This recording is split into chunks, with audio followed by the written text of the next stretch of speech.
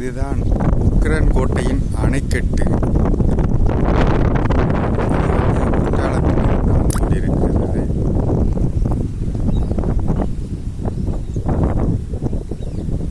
தண்ணி மிக வற்றி கொண்டிருக்கின்ற தருணம் இது. இதில் மீன்பிடி வேலைகள் மீன் பிடிக்கிறார்கள்.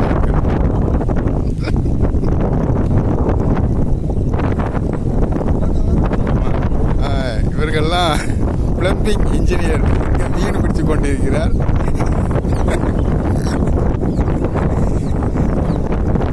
இவர் Nagercoil to Chennai bus driver. இப்போ லீவு, அதனால மீன் பிடித்து கொண்டிருக்கிறார்.